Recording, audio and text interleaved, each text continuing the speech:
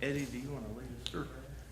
Father, we just come thanking you for this time of being together. Father, we ask that you be with us and meet with us today. Father, we ask that anything we do be according to your will and your purpose. Father, we just ask protections for all of our county workers, our first responders. Father, we just ask for your hand of guidance in everything we do. In your name we pray. Amen. Amen. Amen.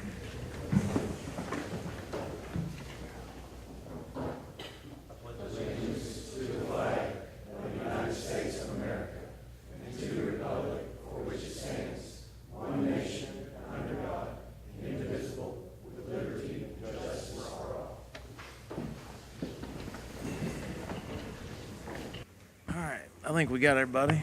We'll go ahead and call Marshall County Fiscal Court to order, August 20th, 2019. First, we want to make a big announcement. One of our commissioners is not with us today. They actually had a new arrival yesterday. Justin and his wife welcomed Hallie Lucille Lamb. So I think she was 7 pounds, healthy little baby. So that's why Justin's not here with us this morning. So just want to make that announcement. I know they're happy and excited with their new baby.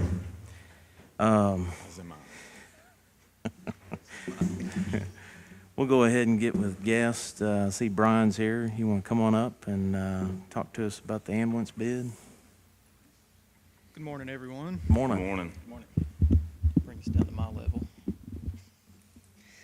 I've been in the process of completing the bid specifications to replace our oldest ambulance. We have a fleet of 6 ambulances, so every ambulance that we own stays in service for 6 years.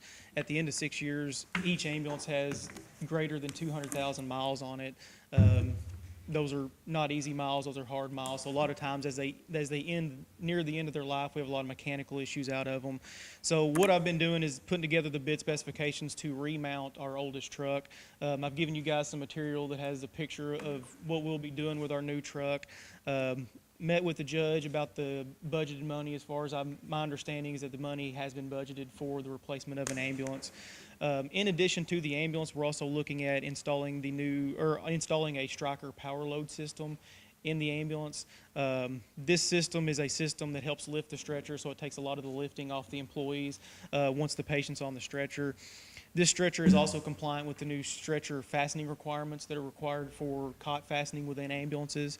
So in getting all the facts and figures together and in talking with Stryker and some of the remount companies, the estimated cost for the remount, which is excluding the power load unit, the estimated cost for that is going to be approximately $115,000 for the remount, and that would be remounting a current module onto a new chassis.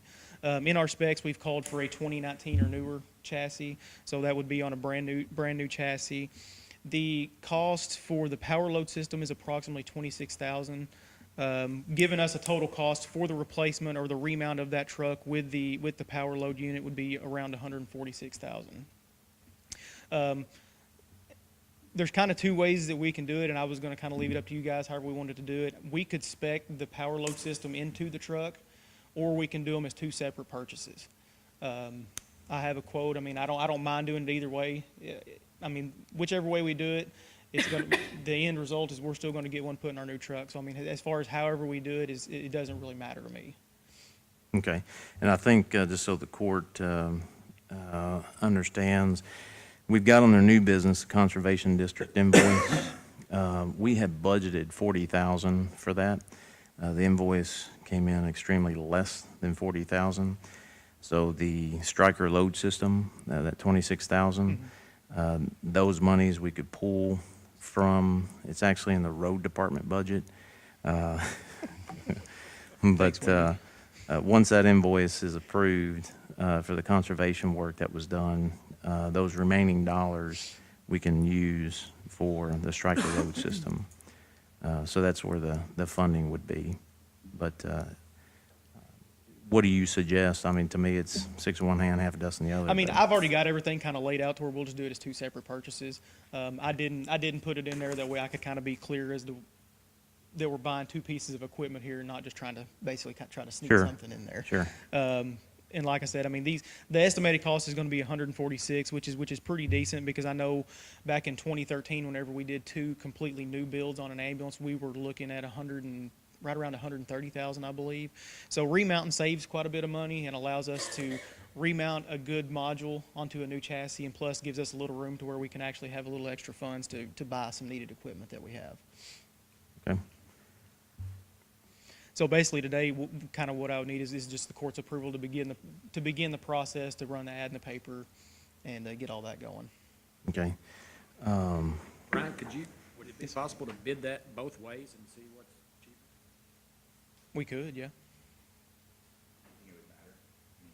I don't really think it would matter, because I think the quote that Stryker gave us, they would give the same to the remount company. But I mean, it's something that's a possibility. I mean, we could look at it either way. And I mean, I could touch base with some of the remount companies to see if there's any, like with the amount of stuff that they deal with Stryker, if they get some sort of maybe a discount that we don't. I know they do discount a lot of our stuff, but they maybe, with the amount of materials and stuff they buy from them, they might get a bigger discount than we do. So I mean, it's something I could check into.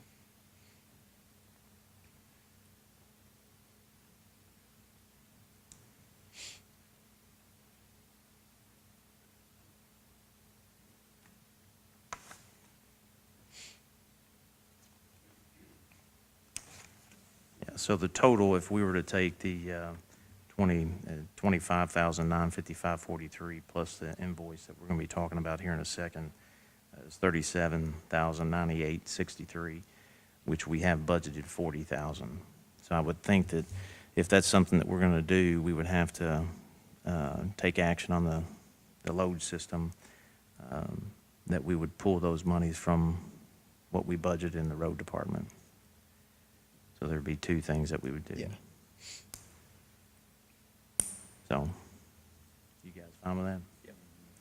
So we would need a motion. I think let's go ahead and get this first. We would need a motion to pay for the Stryker system out of the budgeted 40,000 out of the road department. Do you know what that line number is?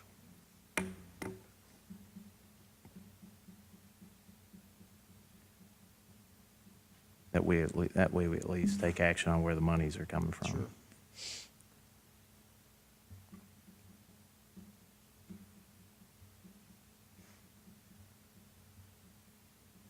Give us an update on the load system. The employees, I hear, are liking it. I love them. I've worked a couple shifts and got to use them, and it's a game changer for sure, because it's a system now with the power stretchers that we have. It's basically once you get the patient on the stretcher, there's not, aside from wheeling them out of the house, or wherever you pick them up at, but the stretcher's powered, so it lifts the patient up. Once we get them to the truck, this system here takes and lifts them up, so we don't have to put the front wheels in the ambulance anymore and then get people on the end of it to lift it up and then slide it in. So I mean, it's a game changer. People love them. Everybody that's worked with them, nothing but positive reviews on them. Everybody's loved them. They're good recruitment tools too. People love going places where they have cool equipment. Yes, good equipment, yes. They have neat equipment. They have equipment, for one, that can hopefully help prolong their career to where they're not out with knee injuries, back injuries, shoulder injuries, which are pretty common in EMS. Yep. For that line item, we've got it on the budget as the Benton Soil and Water Conservation District repairs. So that's where we're going to pull that. So moved. Is there a second? Second. All those in favor say aye. Aye. Any opposed? Motion carries. Then we just need approval to allow Brian to start the bid process. Yep. We're going to bid that both ways? Are Say you it going to again? bid that both ways, as Jason referred to? I mean, I'll call today and Okay. check on that, because like I said, I mean, there's been some things that we've checked with them, and a lot of times they tell us that with us being an EMS agency, that they actually give us better deals than they do them. But it's something I'll definitely. They might be willing to waive the labor or something, putting it in. Yeah, yeah. Okay. Make a motion for him to place the bids on that? There a second? Second. All those in favor say aye. Aye. Any opposed? Motion carries. Thank you. Thank you, Brian. Thank you, Brian. Next on their guests, we're going to jump to item C, Chad McCann. Good morning, sir. I got your name right I don't know why. Wow. I got it right. I think I've been doing this for 4 years now. You think I'd get it right? I've answered to either one, so I'm fine with either way. Good morning. Good morning. Morning. Morning. Here to provide an update on a couple projects, the Draftonville Sewer Expansion Project over there, and also the Southwest One project that we've been working on for the Fiscal Court. First off, on the Draftonville Sewer Expansion Project, as you notice, things have slowed down quite a bit over the last few months, and with some of the coordination with the school. Rivercrest isn't integrally tied to that right now. Sanitation district and this school are pretty well coordinating that between the two of them at this point. But I have been given notice that contractors ready to proceed with the last, what we call I-line, and going up to the school's treatment plant starting this week. So that work is slated to begin this week. And then on the J-line, which we added a few months ago, which goes to the Memorial Gardens trailer park up there, I've spoken with the folks at Division Water and with the other permitting agencies. Where that stands right now, we've got all the easements for the project, and the Division Water and the permitting agencies are sitting on go, waiting on one approval from the Historic Preservation Office. So we call it SHPO for short. And what they're responsible for reviewing is to see if there's any historical buildings or any known archaeological sites between where we put the new lift station and that trailer park up there. We haven't found anybody that knows of anything like that in that. We're just waiting on a response from them. I've called the Infrastructure Authority, the funding agency, and the Division of Water just to get their direction and their assistance. So they are calling the Historical Preservation Office now to try to get them moving. I've expressed to them we've got a contractor on site and we need to get this thing done. So as soon as we get their approval, then we'll give the contractor the release to go ahead and build that line. We're just waiting on the state office up there, Historical Preservation Office, to give us the release, and then we can go to work. So that's where we're at there. But everything else has been approved for the construction of that line. I'm just waiting on that final letter so we can give Merco the direction to go. That's where that stands. Right now, assuming that we get approval from the Historical Preservation Office, we're estimating by the end of October that all that project will be completed. Everything will be online, tested, in service. And then, again, I think I didn't talk to Randy to see how many customers have already tied on to the system, but I know several already have. We did a walkthrough inspection a couple weeks ago. We did not find any major deficiencies at all. Just a little bit of cleanup items, a lot of restoration. Property owners are calling as we get closer and closer to the fall months. There'll be a lot of restoration going on, getting people's yards fixed and getting all that stuff addressed. But no major infractions or anything like that, just minor cleanup on the project. So everything's very good shape, working good. I think the PLC system, I think when I talked to Jonathan, they're close to getting that up and running. Mm-hmm. So that'll be good when that comes in. Be very good, yes. Get everything running smooth and automatic mode down there. We'll have him maybe next court meeting come and give us an update on that. That'd be good. Any other questions on the sewer project in Draftonville? All right. In regards to the, well, I guess one other thing, I'd emailed that contract modification on that. Did you get that? Corey, did you get that to the judge there? Okay. I just wanted to address that before the court this morning. What that letter basically states, our original contract for construction engineering and construction observation services was an 8-month construction period, and we've stretched that as best we could. We started in August of last year, and we stretched that, excuse me, all the way through June. So we stretched it out to a little over 10 months during the construction phase, and we got to the point now where we need a little bit of a bump just to get us through the end of construction, end of October right there. So that's a request for extending our contract out to cover the hourly services that we anticipate occurring through the end of October. And that's an hourly, so if it takes less time than that, then we won't invoice that full amount. It's just, we didn't want to have to come back to you again, so we tried to cover ourselves through the end of October. Okay.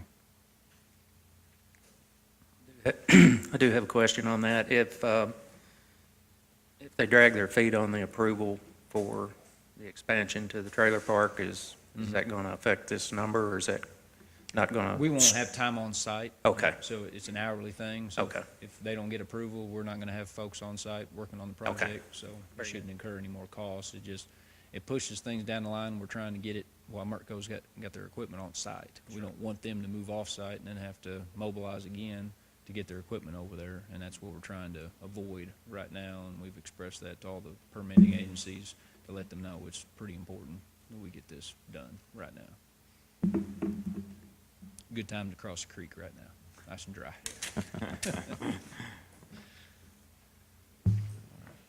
On the Southwest One project, updates on the easements and the permits. Right now, where we stand on that project, all the permits from the Division of Water and Transportation Cabinet have been secured. We've got all the permits for that. At this time, we have 4 easements that are outstanding. I spoke with one of the individuals earlier this week. We're going to have that signature on the Copeland property. We should have that later this week. Said Thursday or Friday, we'll have that one secured. I've talked to the city about the other 3, which they've been handling because it deals with some monetary offers and compensation, and they have made offers to 2 of them. And then the last one, the Ford property over there, there's some court documents that need to be processed there, and they said they've got all those drafted, and they're moving forward with those as well. So we're very, very close to where it stands right now, and should be maybe by the end of the week, we've got 3 out of the 4 secured and just waiting on the final one to go through the process. But there has been some significant headways here in the last month or so getting those processed. And as of River Crest, where we stand right now, we've got the documents prepared for the procurement. Really just waiting on the final approvals now as far as the bid date and the timeline, to where we'll proceed and getting that thing advertised for bids. One question that I did have for the court, and may not be able to answer that today, I need to talk to you, Judge, and probably the IDA board as well, about their line extension. They've got a line extension coming off of the Fiscal Court's project, which extends up to the United Systems development, and I just wanted to make sure that we understood before we put it out on the street how you want us to bid that. We can combine it all together. I just didn't know how the funding was going to work Gotcha. versus your project versus theirs. So we'll Okay. discuss that, make sure we get that correct Okay. on that. Any questions on the permits or easements? Anything there? All right, No, very good. does it? I think that's what I've got as far as an Need update there. approval for that? Do we No, this is for the district. Yeah. Oh, I've sent a copy of that to the district also, so they've got that. Yeah. A copy of it. All right. okay. Thanks, y'all Chad. very Appreciate it, much. Chad. Thanks, Chad. We got a few minutes before we go into our public hearing, so I'm going to jump to correspondence. We've got some letters of appreciation for the grants. This is from Marcella's Kitchen. Marsh County Fiscal Court, thank you so much for your generous grant from Marcella's Kitchen. We appreciate you all so much. God bless you for serving our community. Blessings, Marcella's Kitchen. And that was sent in actually, I believe, last night or today, this morning. This is also from Hope Clinic. We awarded them $4,500. And dear Fiscal Court, thank you for your donation, Hope Clinic. We appreciate your help in meeting the needs of the clients who walk through our door. Without your support, this would not be possible. And God bless you for being a blessing to this ministry. Sincerely, Lisa Holland, Executive Director. And then the Veteran Support Group, Marsh County Fiscal Court, on behalf of the Marsh County Veteran Support Group, we would like to thank you for your generous donation of $10,000. These funds will be put towards our $35,000 goal to purchase a van that will be used to transport veterans. And their efforts are regional. They actually will transport folks from Fulton County. I think they meet down at the Sheriff's Department, and if they can at least get here, they will transport them to the Marion Hospital. So I know their efforts are regional, and they're always looking for veterans. You don't have to be a veteran to volunteer to drive. So if there's anybody out there that's watching, if you're interested in participating in helping out the veterans, just contact my office. Under correspondence, item A, we did get our PAC road check. PAC road granted Marshall County for the $95,000 for the land purchase, the payment. If you remember the TVA in lieu of tax, the bill that was passed, I believe, last year or 2 years ago, the first year was a $50,000 drawdown that we could get, and then the next year was 102. And so this year, that $95,000 is to help the IDA with making that loan payment. By next year, the full $152,000 that they'll be able to request, the IDA will be able to request, will cover that debt service. So this has been a great partner with PACRO because those monies are to be used for communities, for economic development, small businesses, basically to create jobs. And this is just one way where we're not dipping into the general funds to make this happen. So we do have that, and we'll run that through.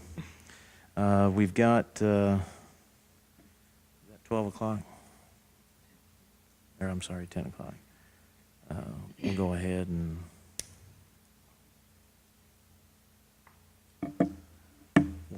we can't call our public hearing to order before, so we'll wait. It's 10, there we go. So we'll go ahead and we'll need a motion to call the public hearing to order. So moved. Is there a second? Second. All those in favor say aye. Aye. Any opposed? Motion carries. We got correspondence. This is on Commodore Lane. The petition that was presented to the court was to bring Commodore Lane into the county road maintenance system, and you should have a copy of the correspondence from our road review.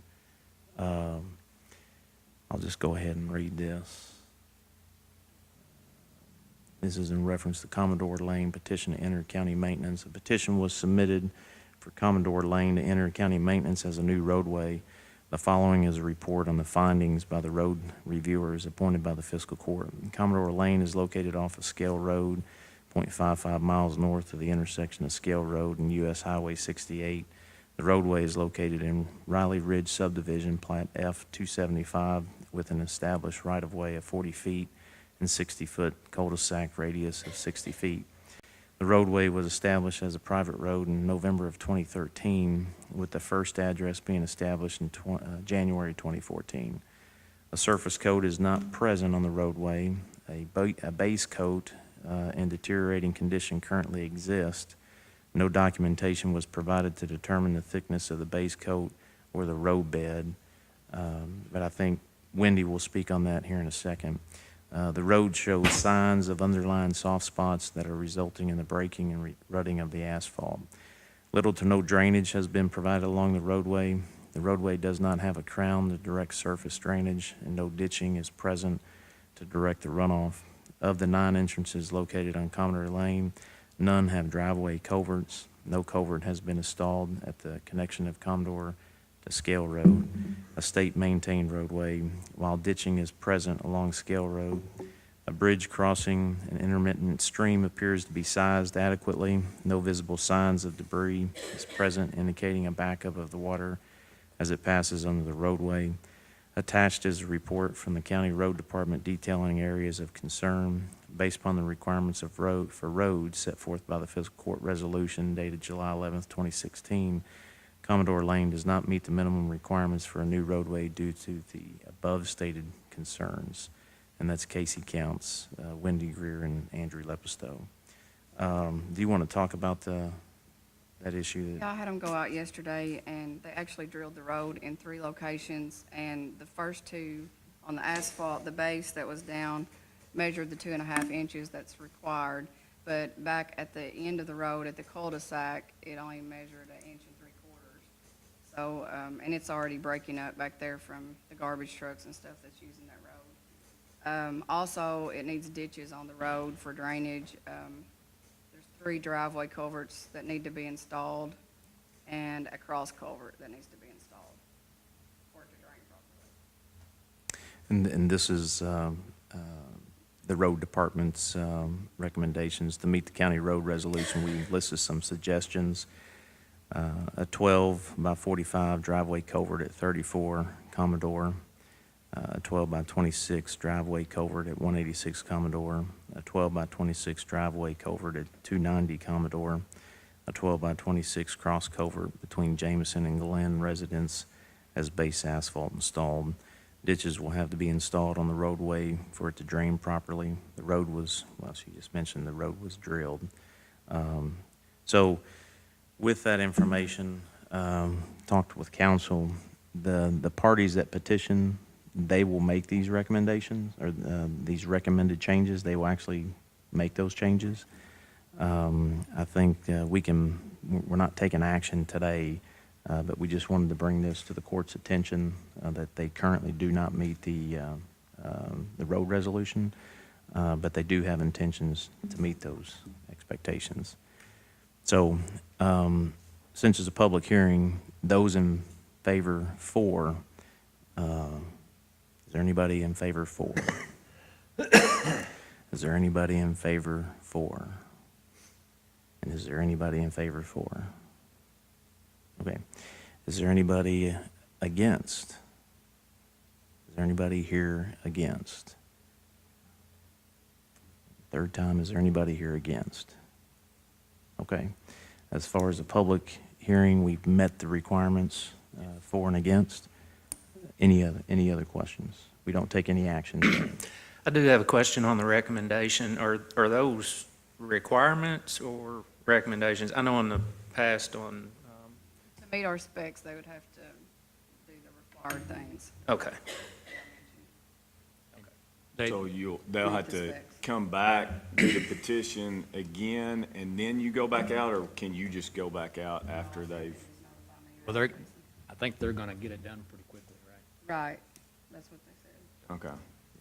We won't, basically, when they get this done, they'll contact Wendy, and then we'll bring it back to the fiscal court. Okay. All right. Take a motion to, I guess, close the public meeting. So moved. Second. All those in favor say aye. Aye. Opposed? Motion carries. Do we need a motion, Jason, to open, Go back into regular session. go back in the regular session? Okay. All right, we'll move on with the agenda. We'll go back under guests. Mr. Mike Sinceri is here from the Kentucky Office of Homeland Security. Good morning, Mike. I wanted to get some of this business out today so that he would have time, not be interrupted with the public hearing that we had. I've asked Mike to come and speak to the court today to clarify some things for us as far as KOHS and their role at the state level regarding 911. So, good morning, sir. Good morning, Judge Neal, council members, and other members of the Fiscal Court. My name is Mike Sinceri. I hold dual roles as the Deputy Executive Director of the Kentucky Office of Homeland Security and also as the Administrator of the 911 Services Board. I've been with Kentucky Office of Homeland Security for 3.5 years. Prior to that, I spent 20 years working for the Legislative Research Commission, the last 17 of that in the Nonpartisan Public Information Office. The head of KOHS, Executive Director John Doc Holliday, has 30 years of military intelligence experience, including running counterintelligence operations for half the continent of Africa. We both firmly believe that there is no room for politics in Homeland Security. KOHS does not operate as a political entity. So this morning, I'm going to tell you a series of facts so you can use critical thinking to evaluate the best course of action for your community. So I'm going to start off with a little history lesson about how 911 is funded and the role of the 911 Services Board. 35 years ago, funding of 911 call centers, technically public safety answering points or PSAPs, was a completely local decision. Cities and counties established local 911 fees for their citizens to supplement general fund appropriations. At the peak, there were more than 400 PSAPs in the Commonwealth. Then along came cell phones. Instead of a single landline provider to go after your local 911 fee, city and county government found themselves in a situation where they had to go after one, then two, then four, and then up to a dozen or more different providers of wireless cellular service to try to get those fees. So at some point about 15 years ago, this led to the establishment of the State 911 Services Board to collect and distribute those wireless-only 911 fees and push them back out to the community via statutory formula. So the key with the 911 Services Board is it only has to do with the wireless delivery of 911. So the state only collects wireless fees, and we push them back out through a formula to be used for the delivery of wireless 911 services. So this wireless revolution led to a lot of intra-county consolidation because to receive board funds to become a certified PSAP, you had to be able to receive and process wireless calls. So we're now at the situation where we have 115 certified PSAPs, including all 16 KSP posts and a few dozen non-certified, largely secondary PSAPs remain in the Commonwealth. So PSAP funding is essentially a three-legged stool. You've got a locally assessed fee on landlines or VoIP, and then you've got general fund appropriations from city or county governments, and then you have the CMRS, formerly now the 911 Services Board, which does the wireless. The wireless surcharge depends on what type of subscribers there are.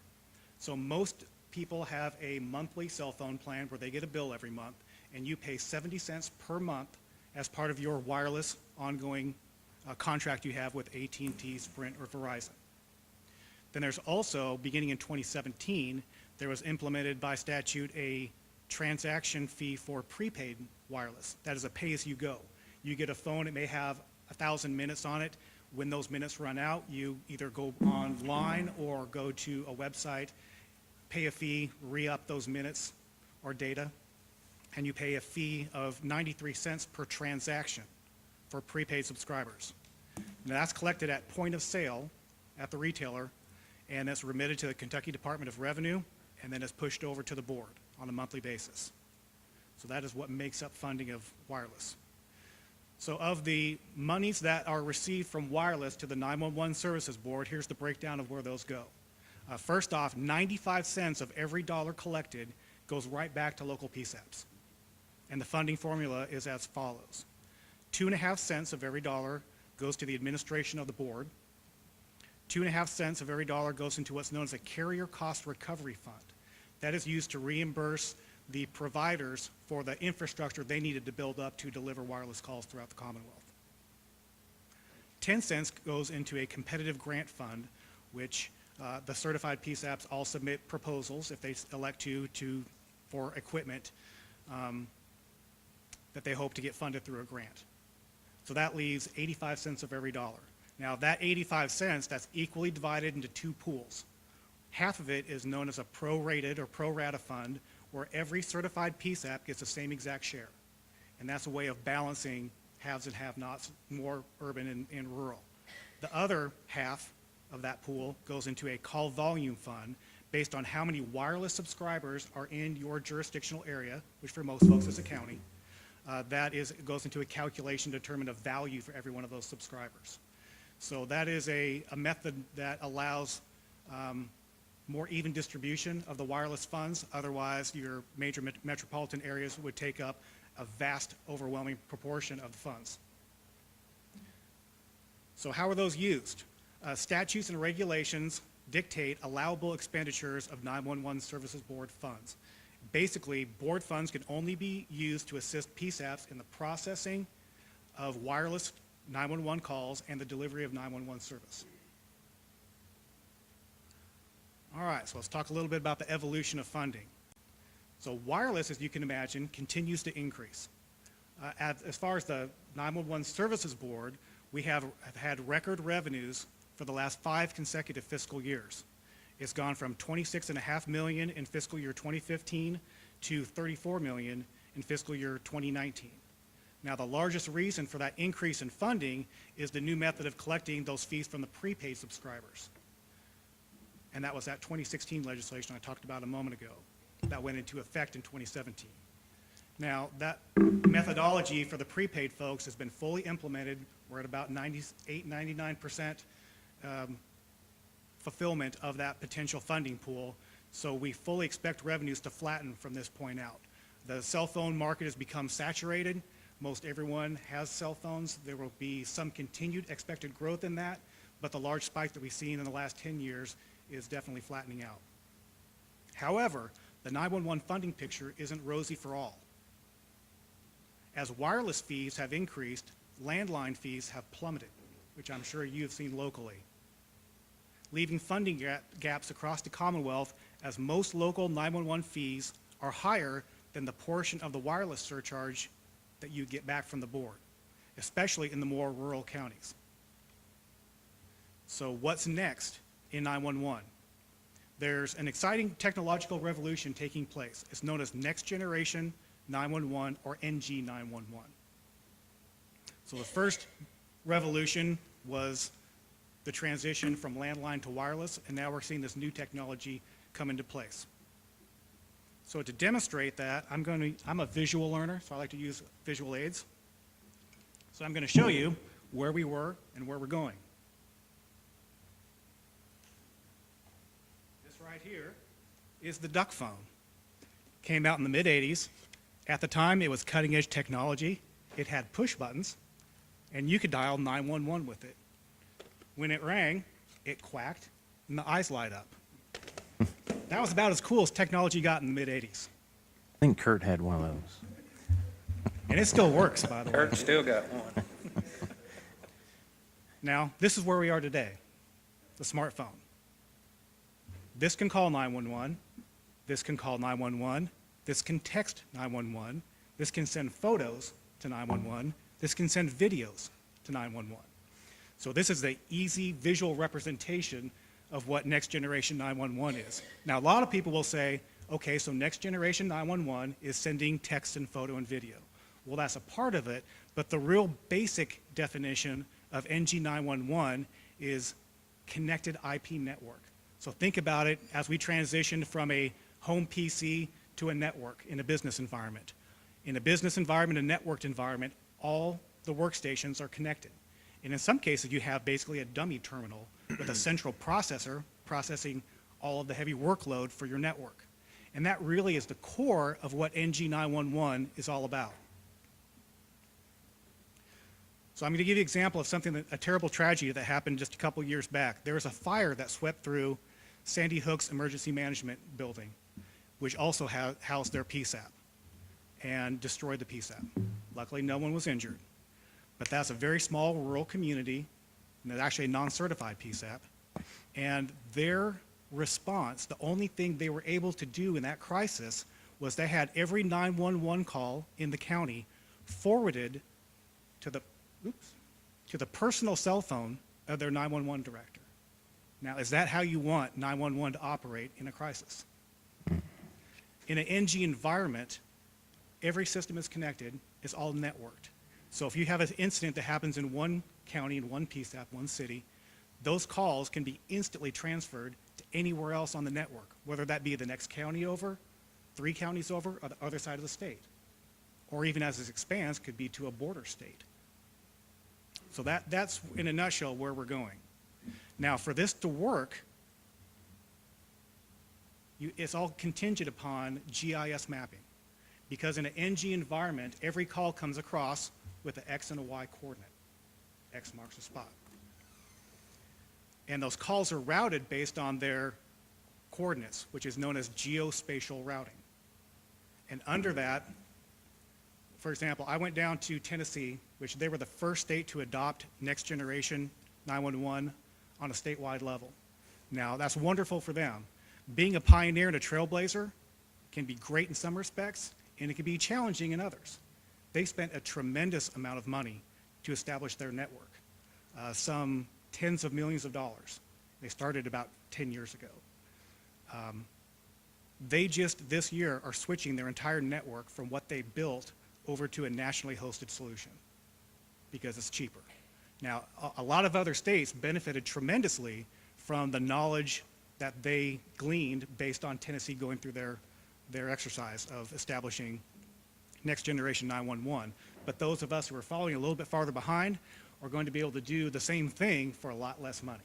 So sometimes it's not always the best to be the first one out there. Now, the geospatial routing is all contingent upon accurate mapping. For this to work, every PSAP has to have current and accurate GIS mapping. And GIS, folks, is far more than just every structure in your community.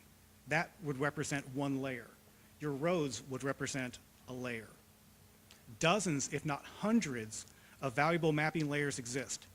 Think of each layer like a piece of paper that's semi-transparent that could be stacked upon infinitely, turned off and on to whatever needs you have at the time. So think about bodies of water.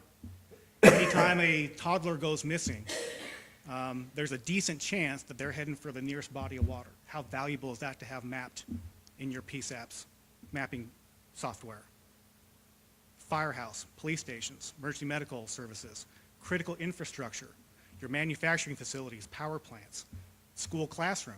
Think about these big critical infrastructure elements or schools. How valuable would it be to have a even three-dimensional map that's got every classroom plotted out?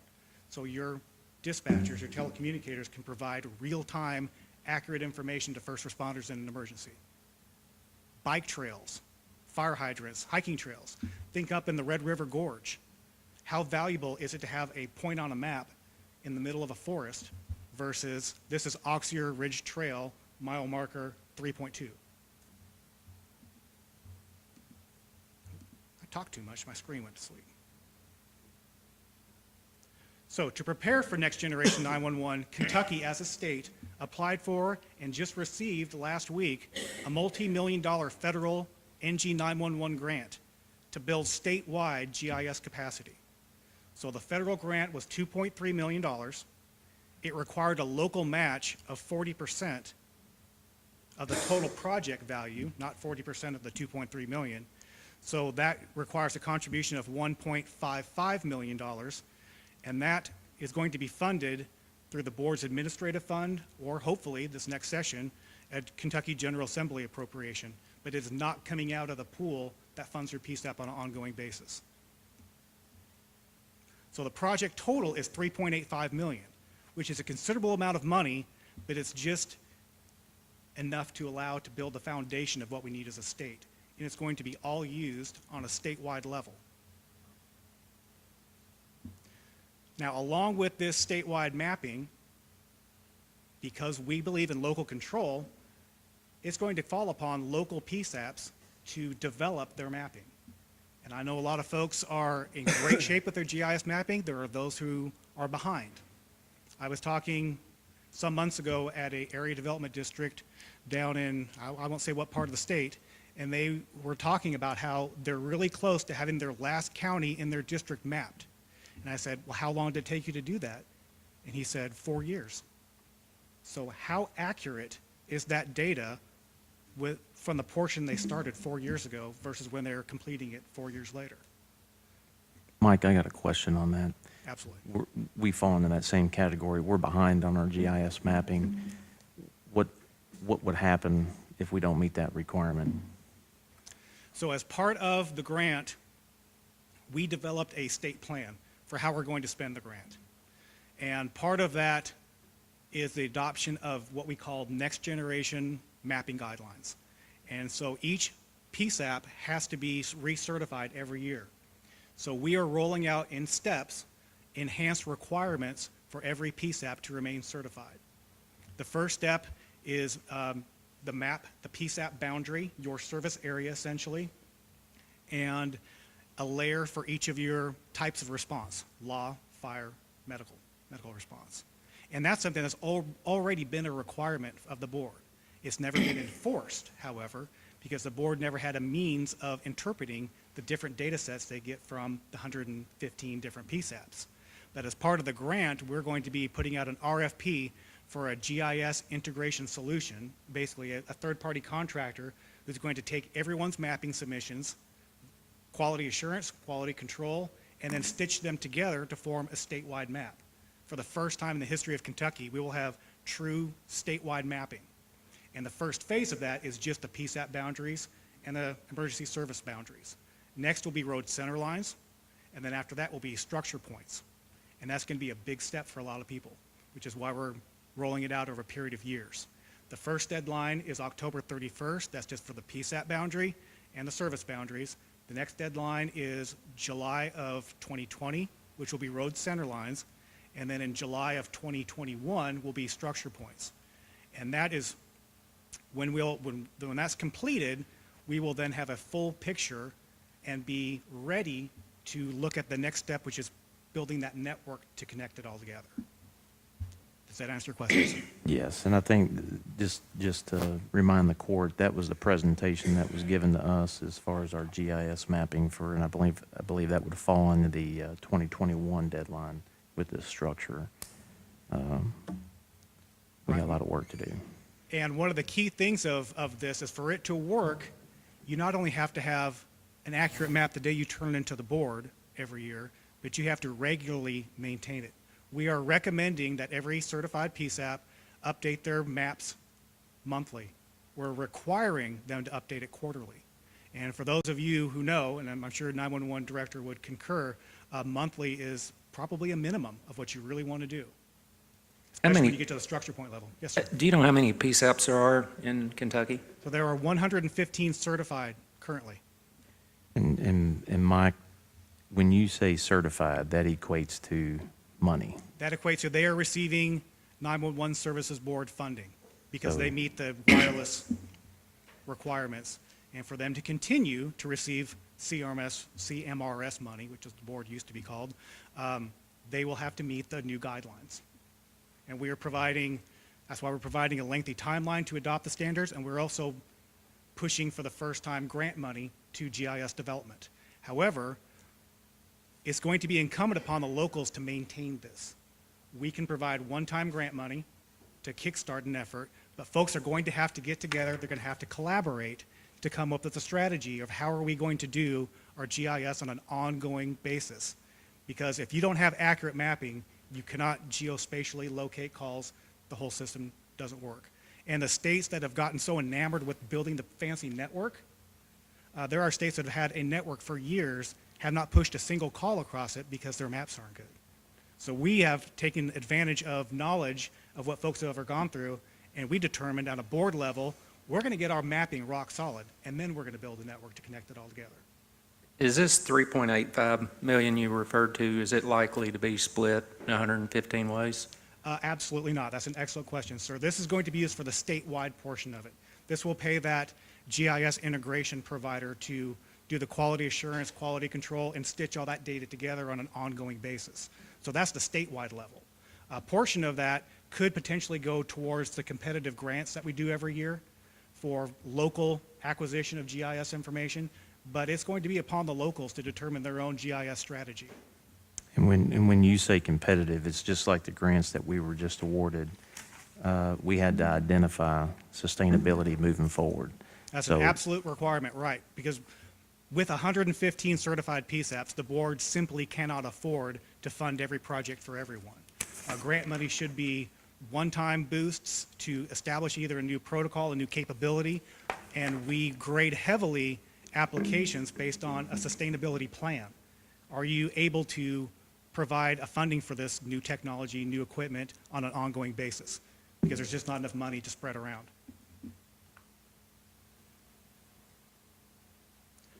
Okay, so jump back to our presentation. So you've got the challenging environment at the local PSAP level, ever diminishing landline fees, understaffed facilities. One of the downsides of a good economy is PSAP suffer. It's a high-stress job that doesn't pay tremendously well. Fast food PSAPs are some of the folks that have the biggest struggle during a great economy, which, and we're in a really good economy right now. So you've got PSAPs, not, I don't know what your local situation is, but statewide, nationwide are struggling to fill positions in a call center. And then you also have these new standards that the board is putting upon us as part of this train of next generation 911, which is an inevitability. We know we need to get there because we want the capabilities that this offers versus this. So how are we going to get there? So you as local decision makers have some tough choices. You can try to raise local landline fees from an ever-shrinking pool of citizens. You could bolster your city or county general fund appropriations to your PSAP. You could try to augment or replace your landline fee with a utility or property assessment. Now, as of the close of fiscal year 18, which was June 30, 2018, so last year, there were 9 PSAPs that had assessed a 911 fee on property taxes or land parcels, and 7 had placed a fee on either some form of utility, water or electric. And others have done so in this fiscal year. We're just starting to gather survey data from our 115 certified folks. So in the next month and a half or so, we'll have updated numbers for you on that. But I know that others have joined that pool because everyone sees the writing on the wall. Or a PSAP may choose to consolidate services or operations with their neighbors to achieve efficiencies. So why would you want to consolidate operations? First off, the board, thanks to the General Assembly, has provided significant incentives to do so. So if you're a PSAP that completely consolidates your operation, that means you close down one call center, move it into another, you get a $200,000, up to $200,000 per call center for a maximum of $400,000 per county to cover any equipment costs for merging those operations. So if you've got a group of 5 counties that come together to form a regional PSAP, they'd be eligible for up to $1 million in 911 Services Board grant funding to facilitate that transition. Now, by statute, also, and this is something not a lot of people recognize, multi-county consolidated PSAPs get first priority from the board's competitive grant process.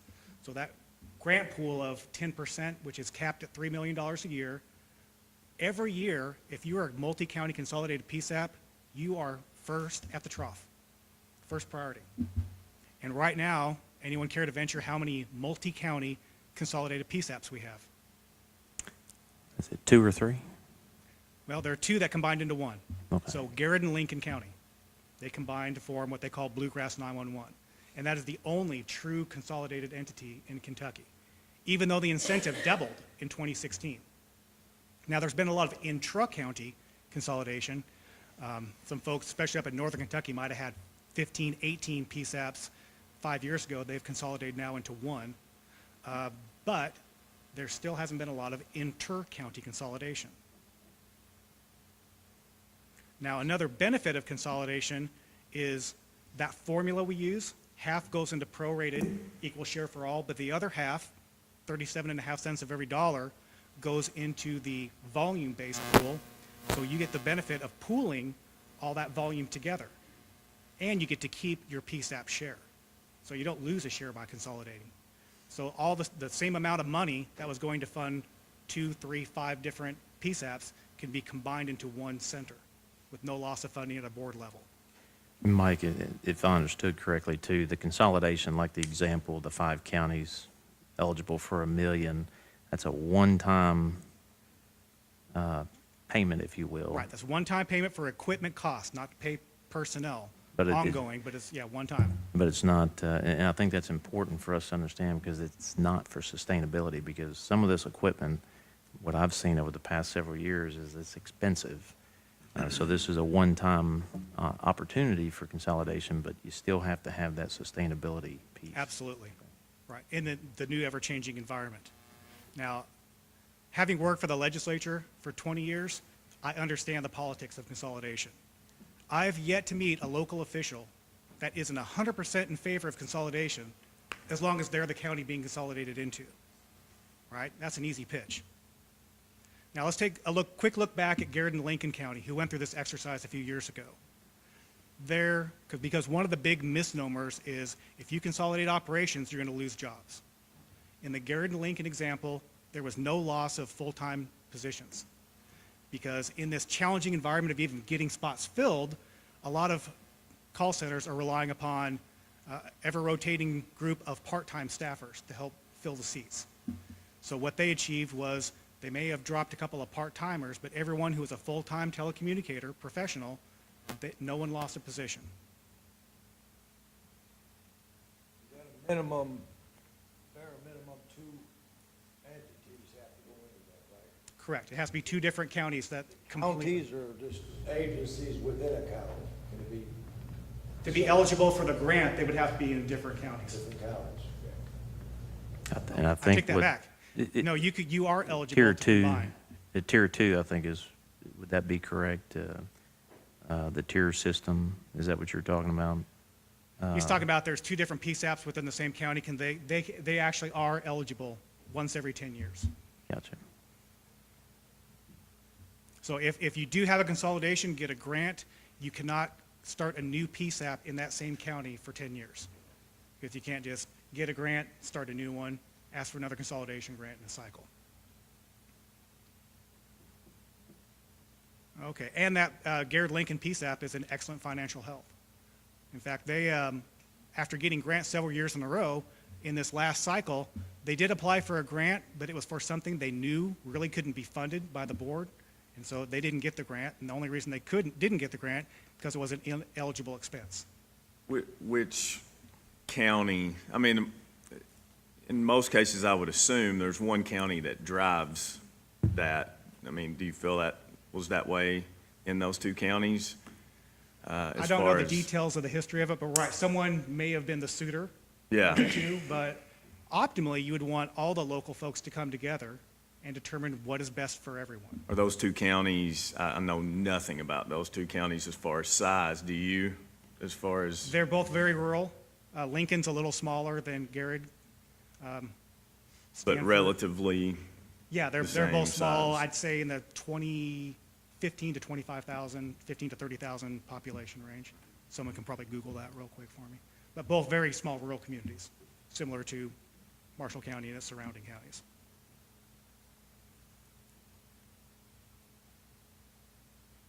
All right, so regionalization and consolidation of 911 is going to be an inevitable part of the transition to NG 911 on a statewide level. Just like intra-county consolidation was an inevitable byproduct of the wireless revolution. So, to give an analogy, in this environment, you can be the Louisville Slugger, you can be the ball, you can be the windshield, or the bug. That part is up to you. Now, in summary, I'm not here to tell a local government body how best to fund your emergency communications operations. It's just important to understand the big picture of where this train is headed so you can make the best financial decision for your community. I will tell you that you do have in your director, Chris Freeman, one of the most knowledgeable and probably the most innovative PSAP directors in the Commonwealth. He really gets where emergency communications is headed and what a successful PSAP looks like. I'd be happy to answer any questions you might have. Lincoln County 25, Garrett County 17.5. There you go. So pretty similar size. Mike, does the 911 Service Board pay for the connection for our phones back to AT&T? So the funding goes out to PSAPs through that formula, and we have a list of required or allowable expenses. So the board does not pay a direct bill to any provider or third-party company. They get a quarterly disbursement of their pro rata fund, equal share for everyone, and the volume fund, which they have a set of guidelines of what they are allowed to use that money for. Now, of which that is an eligible expense, but the board does not explicitly pay to any third party directly. I think what I've heard, I know Mike has given this presentation at CAECO. So this presentation, I've seen it before, and it's a good presentation for elected officials because a lot of it is kind of a lot to take in.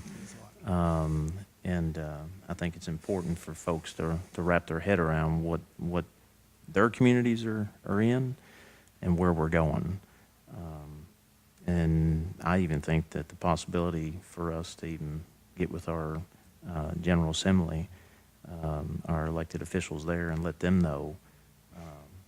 Absolutely. I've given this form of this presentation to a legislative committee, and we'll be doing so repeatedly over the next couple years. And a version of this presentation we're going to give, I believe it's next week at the Governor's Local Issues Conference.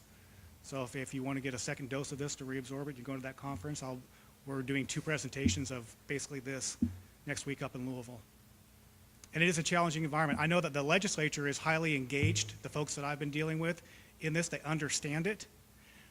But there is a significant sentiment of the General Assembly, a large, important percentage of them believe that there are too many PSAPs in Kentucky.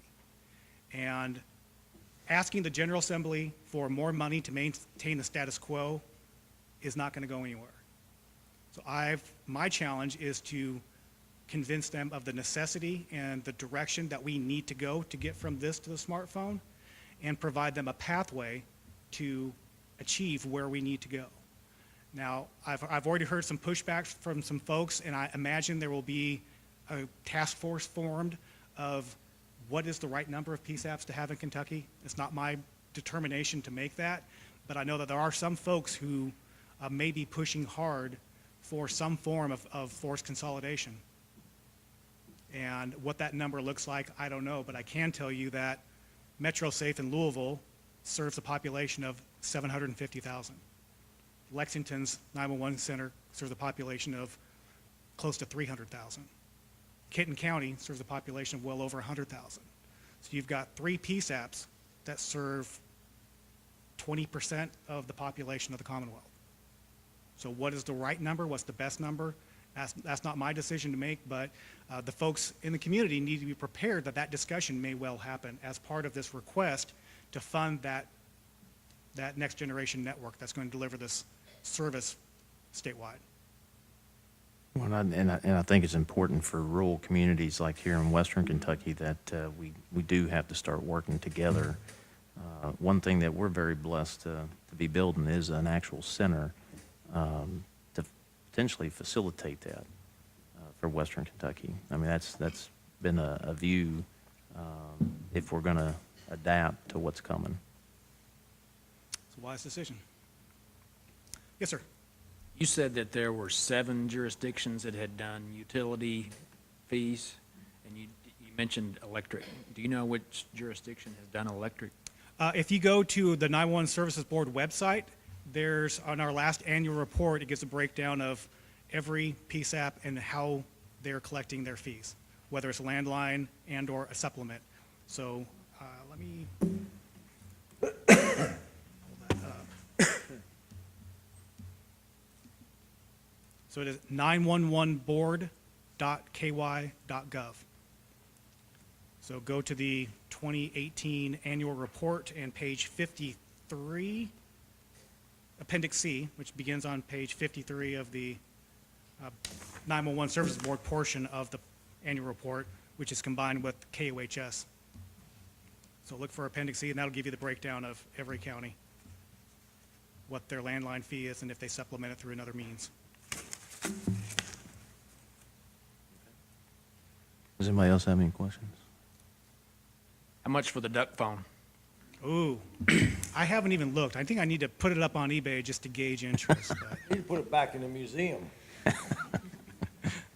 thank you all for the opportunity to talk to you, and I look forward to maybe seeing some of you next week in Louisville. Appreciate it, Mike. Thank you. Thank you.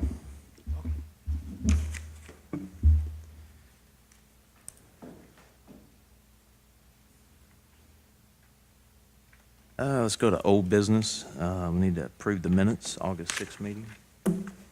So moved. There's a second. Second? All those in favor say aye.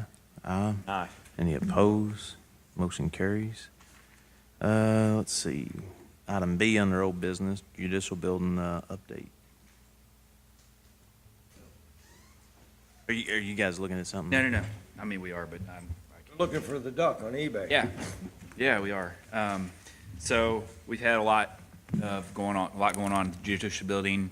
Most recently, we've had what we think was a water leak in between the meter and the building. Since we've dug, if you've been down there, there's a pretty good ditch that exposed that water line. We had a contractor out there Friday afternoon, evening, and ran a camera up through the line and did not see any break in the pipe. So they repaired it, and we're gonna call somebody from Louisville to come down and do I guess they put gas into the line and drill down to find where the leak is and then identify that spot. Well, since they put the pipe back together, we have not noticed any leak. So we're keeping an eye on that, and I've talked to Judge Mattingly and let him know about that. We've got 2 quotes for mold remediation from the balancing issue, the condensation getting inside the building and creating mold in some of the offices. So I've got 2 quotes to submit to the AOC for approval that they'll cover 80% of those costs and 20% will be ours. And then we can put those offices back together. And then, so that has to do with a lot of the thermal balancing that we approved several months ago. They came in and did I guess they reevaluated the fresh air intake on top of the building and determined that there needed to be some adjustments, and if they've done that. Also, Automated Building Concepts has been contacted, and they are going to take a look at our system that regulates the temperature and humidity in the building to evaluate that system to make sure that it's functioning correctly, but also to put some measures in place so that if things start to kind of go a different direction, we can get alerted and address the problem before it gets worse. Ongoing, we still have CMI contracted to take care of all of our HVAC units in that facility for repairs and for cleaning drain lines out and filters, so that should all be taken care of. And I know there were some issues with not knowing if there's been janitorial services available during the day, and I've let Judge Mattingly and his staff know that they're on call during the day, so they can call anytime during the day. If there's something happens in the building, they can call and get that cleaned up, and they made us aware that before we went into this contract, that's part of what they offer. We've communicated that with 2 representatives from the AOC and the judges at the judicial building, so I think we're all on the same page. But, you know, the building just, it seems like there's ongoing issues every single day. But I think as we address them, we're improving the building and hopefully take away some of the questions that we have on the overall building functionality and improvements. Anybody got any questions? All right, appreciate it, Brad. Yep. We'll move on to item C, General Obligation Bond Series 2019 approval. We had the debt hearing, it went well. This is from DLG, from Commissioner Donahue. Notice of decision of state local debt officer. I'll just read this. Pursuant to KRS 66310, I'm enclosing a copy of my decision approving the issuance of Morris County, Kentucky General Obligation Bond Series 2019 water and sewer line improvements and industrial park infrastructure project in an aggregate principal amount not to exceed $3,150,000. The net proceeds of the bonds will be used by the county to finance the improvements to water and sewer lines and improvements to the industrial park infrastructure, including but not limited to roads, turn lanes, and utilities. The record of this decision should be made in the minutes of the next meeting of the Morris County Fiscal Court in accordance with KRS 66310. So this is the resolution. I'll just read this. Commonwealth of Kentucky, Office of the Governor, Department for Local Government, in the matter of Morris County, Kentucky, Morris County General Obligation Bond Series 2019 water and sewer line improvements and industrial park infrastructure project, decision of state local debt officer. The state local debt officer, having considered the entire record in this matter, including the findings of fact, conclusions of law, and the recommended order of the administrative hearing officer dated July 17, 2019, and the response thereto filed and being otherwise duly advised, it is hereby ordered that the findings of fact, conclusions of law, and recommended order of the hearing officer be hereby approved, ratified, and incorporated herein as part of this decision, and any previous order is rescinded. The state local debt officer approves and adopts the findings and recommendations of the hearing officer as her own. Marshall County Fiscal Court's petition to issue its Marshall County, Kentucky General Obligation Bond Series 2019 Water and Sewer Line Improvements and Industrial Park Infrastructure Project is approved. Dated at Frankfort, Kentucky, this 12th day of August 2019, Sandra Donahue, Commissioner and State Local Debt Officer. I'll just read the appeals rights. Any decision of the state local debt officer may be appealed in accordance with KRS Chapter 13B. Additionally, a decision by the state local debt officer approving or disapproving a county's proposal to issue bonds may be appealed under KRS 66310 subsection 6 or 7. KRS 66310 subsection 6 states the pertinent part as follows: within 30 days after the date of decision by the state local debt officer approving a county's proposal to issue bonds, any interested party or taxpayer of the county may appeal to the circuit court of the county proposing the issue to the bonds. KRS 66310 subsection 7 states the pertinent part as follows: a county proposing to issue bonds may appeal decision of the state local debt officer disapproving the issuance of the bonds by filing a complaint with the Franklin Circuit Court within 30 days after the date of decision. Certificate of service. I hereby certify that a true and correct copy of the foregoing decision has been served upon the following by mailing same postage prepaid this 12th day of August 2019. Sandra Donahue, Commissioner, State Local Debt Officer. Jason, do we need action on this? Or does it just need to be read? Is that a resolution? I called it a resolution. This is, no, I think the letter just says it by statute it needs to be read.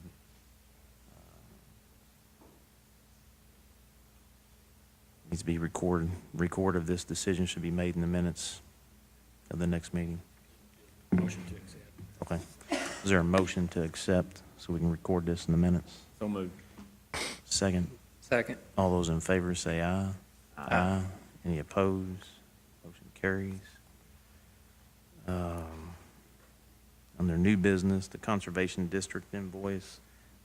We had, the reason why this took so long is their engineering had to engineer the project, but the fiscal court last year actually went out on site and got a tour of the facilities, and the court agreed to fund the repairs. The amount of the repairs was $11,143.20. And that amount was budgeted in the road department's budget. So we would just need approval to pay this amount. So moved. Second. Second, all those in favor say aye. Aye. Aye. Any opposed? Motion carries. Should have a change order, Travis Construction. I'll just read this. This is the Marshall County Multi-Purpose Building request for change order. During site inspection before work began, unstable soils were found and had to be excavated, removed, and new fill material hauled in. Approximately 360 cubic yards of material was excavated. Red bank gravel was hauled into the site and placed in lifts. Proper compaction was determined by associated engineers who were on site during the time of placement. Special inspection reports were distributed to all parties involved. Removal and haul off unsustainable materials, $8 a yard. Haul in, place, and compact red bank gravel, $22 a yard. Total price cubic yard, $30. Total cost for 360 cubic yards, $10,800. And that's from Quentin Riley from Travis Construction. Move we approve the change order. Is there a second? Second. All those in favor say aye. Aye. Aye. Any opposed? Motion carries. We'll go on the new business, Hauser Road Bridge Resolution. We had our presentation from Kentucky Transportation, I believe, 2 meetings ago. This is the resolution. We have to do this, sign it, send it back, and then we can start once we get the signatures on that.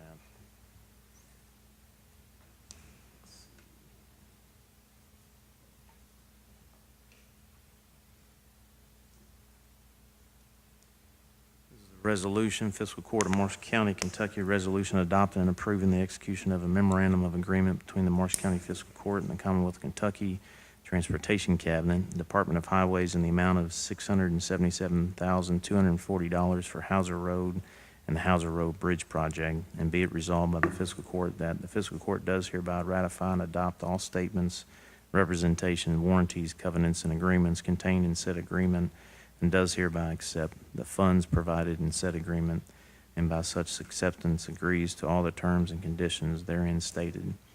And the Judge Executive of the county is hereby authorized and directed to sign said agreement as set forth on behalf of the Fiscal Court of Marshall County, and the Fiscal Court Clerk of Marshall County is hereby authorized and directed to certify thereto. Anybody got any questions on that? We just need a motion to approve. So moved. Second? Second. All those in favor say aye. Aye. Any opposed? Motion carries.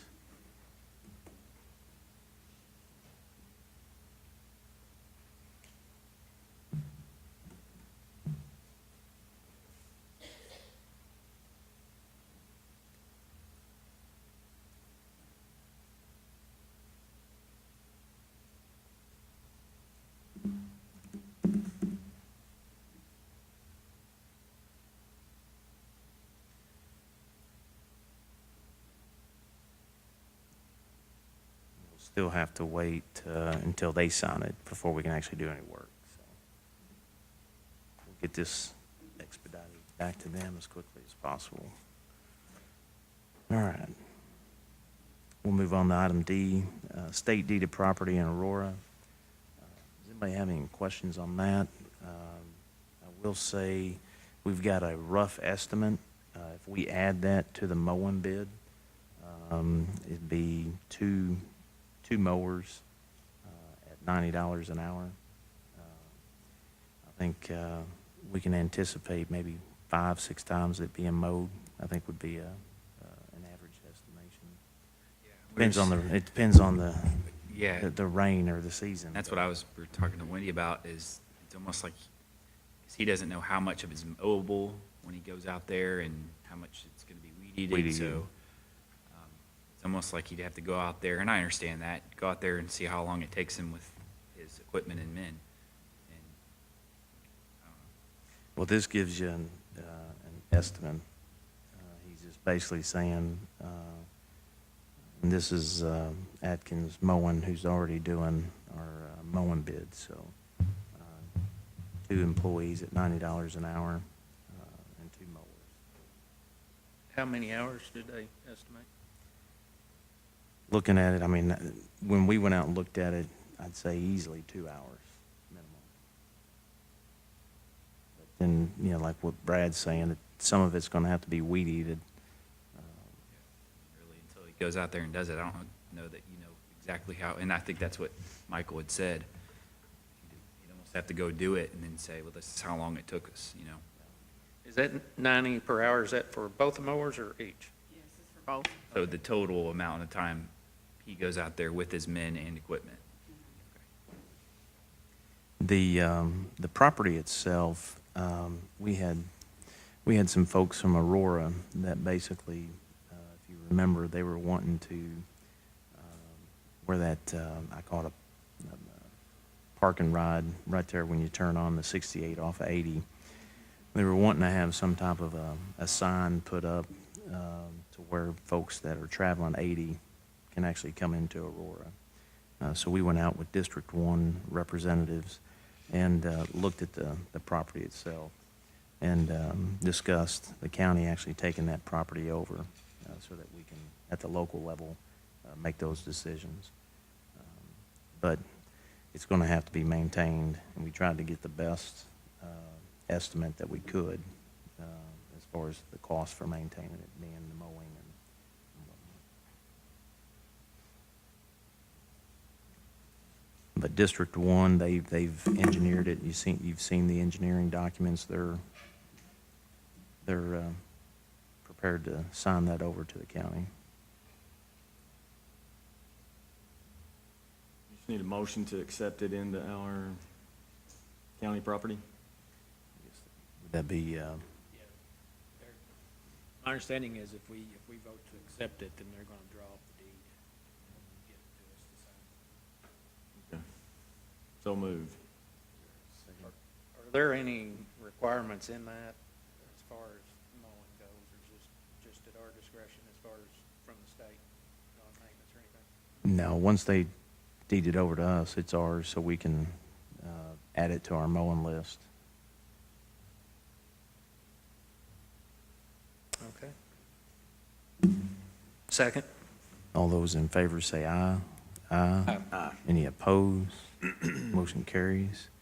Appropriations transfer. You all have a copy of the budget appropriation transfers. We have one from the jail, and we have the other two from county park funds. They're all departmental transfers.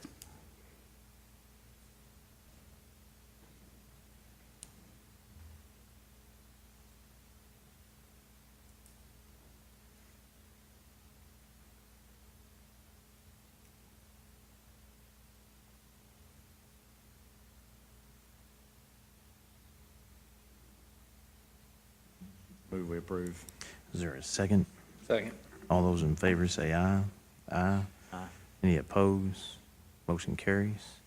Payment of the bills. Move we pay the bills. There's a Justin's second. not here, so I don't know what to do. All those in favor say aye. Aye. Any opposed? District 1 has made the motion to pay the bills as long as I can remember. Yeah.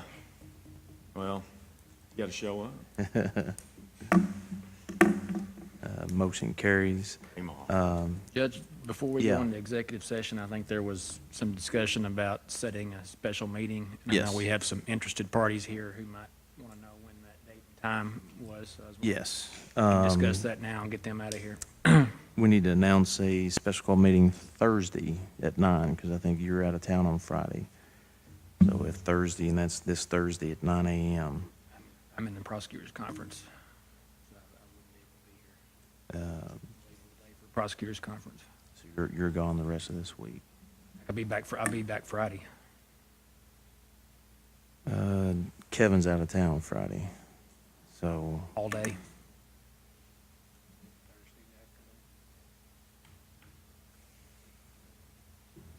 let's see.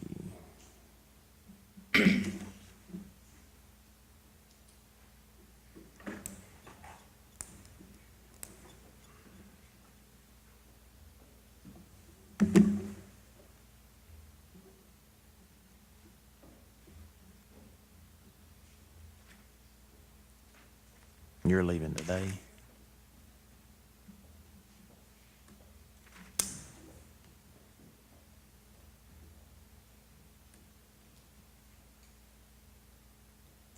About Monday. What time? 09?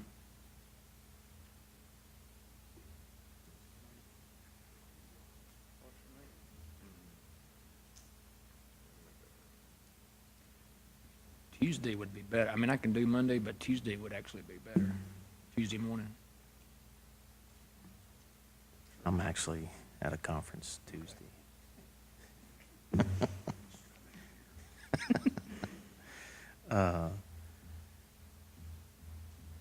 Let's table this, and try to find out, because I just sent Justin a message too. Let's see what he said. He says yes on Monday. Yeah, we can go ahead and set Monday. Monday. Yeah. Monday at 9, 9. 09? Okay. All right, so we'll do a special called meeting Monday, the 26th, at 09.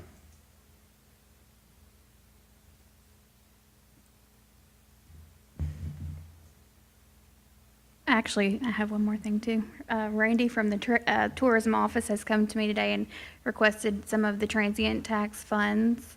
Those are now remitted to my office, so I don't know what the fiscal court wants that to look like as far as how they request their money or when they receive it, but I wanted to bring that up to you guys so we could set the Make a precedence for that. decision on that, yeah. And she had talked about that to me. In the past, basically, the treasurer's office would work with Randy. They have as the monies come in, they come in each month. But the budget that we approve for them, he would contact the treasurer and the monies would be funneled to the account. Now, I think one of the questions, his name's on the account, but we feel like the treasurer's name should be the only name on the account. But the action from do we want to continue that where Randy would contact the treasurer and then the treasurer go ahead and move those monies into the account? Yeah, there's actually two accounts, the money the account that the money is deposited into, and then their operating account that just, it Yeah. gets transferred over. Yeah. So is do we want to keep that in place where as he needs monies, he contacts the treasurer and then the treasurer runs that into the account? Does he need to come to court every time to Or does request he need to it? come to court and request it?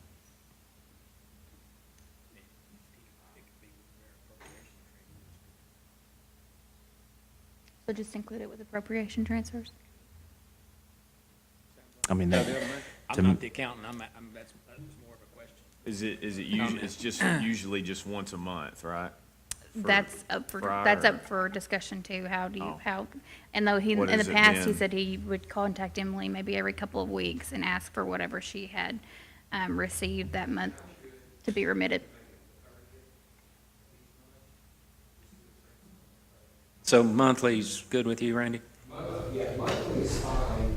Usually it's if, just whenever the money comes in, like for the 20th of the month, like today, all the money should be coming in for July. So like on August 30th, a transfer of all of July's would be fine. Same thing the next month for August and so on. But yeah, once a month is fine with me. if we do an appropriations once a month, then that, I think, that will facilitate both coming through the fiscal court, and then you'll actually get the monies that you need to pay the bills, so to speak. That's fine. Okay. That works for me. Okay. Do we need, does that need an action? No, I mean, it'll come, It's you'll more- act on it every month, so. Okay. yeah. Okay, so that means he needs a transfer today, just to let you guys know. And the balance of what I've collected for July is $26,458 as of yesterday, so. Okay. That's an action item. I move That's to an action. transfer that to tourism. Is there a second? Second. All those in favor say aye. Aye. Aye. Any opposed? Motion carries. Let's go ahead and let everybody know what the topics for the special meeting will be. We've got the two ordinances. We've got the ordinance for administrative code.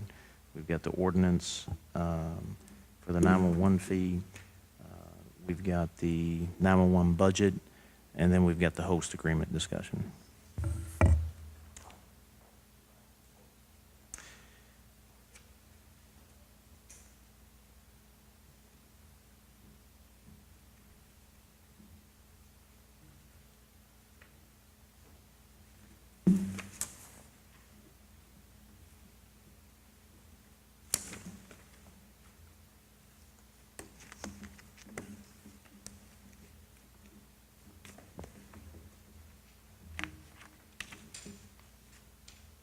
Were there changes? I think the last correspondence I saw in the interlocal agreement with the Southwest One with the city, I thought the changes that they made didn't want coming back through the fiscal court.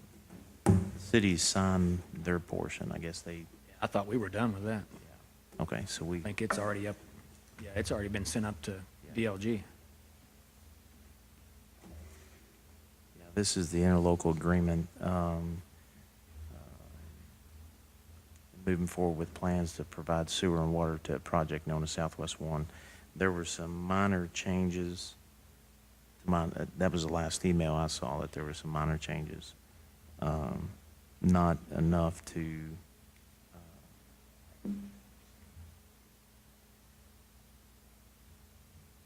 bring back for a second reading. I think it's already been sent Yeah. on.